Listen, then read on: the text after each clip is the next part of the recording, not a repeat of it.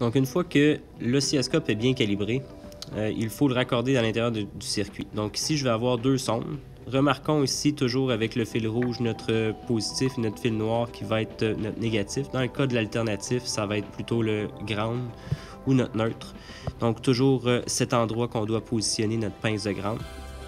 Ensuite de ça, j'ai une première sonde juste ici qui va lire la résistance seulement et la deuxième sonde qui va pouvoir lire le courant, le circuit au complet. Donc si je regarde à l'intérieur de mon oscilloscope, toujours s'assurer au départ que nos lignes qui sont affichées sur ground sont toujours bien centrées, c'est important. Là j'ai deux sondes, donc je vais le faire pour les deux canals. Canal 1, canal 2 étant à ground, je vais m'assurer que les lignes sont bien superposées, les deux une par-dessus l'autre. Ensuite de ça, je me place avec le courant alternatif pour les deux. Donc j'ai deux ondes juste ici, je peux voir qu'il y a quand même un beau déphasage.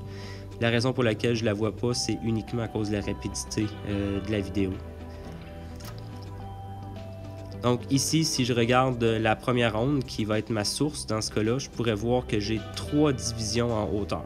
3 divisions avec le 5 volts par division, juste placé ici. Donc j'ai 3 x 5 qui est égal à 15 volts max. Si je fais le x 0.707, ça me donnera à l'entour de 10 volts ou un petit peu moins.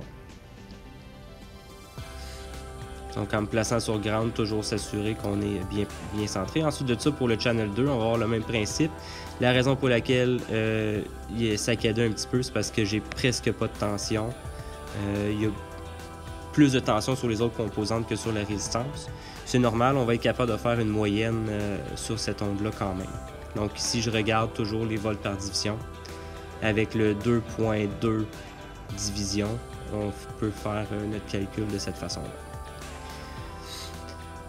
Pour être capable de calculer la fréquence, on va utiliser notre temps par division toujours. Dans ce cas-là, ici, on veut focuser un petit peu plus sur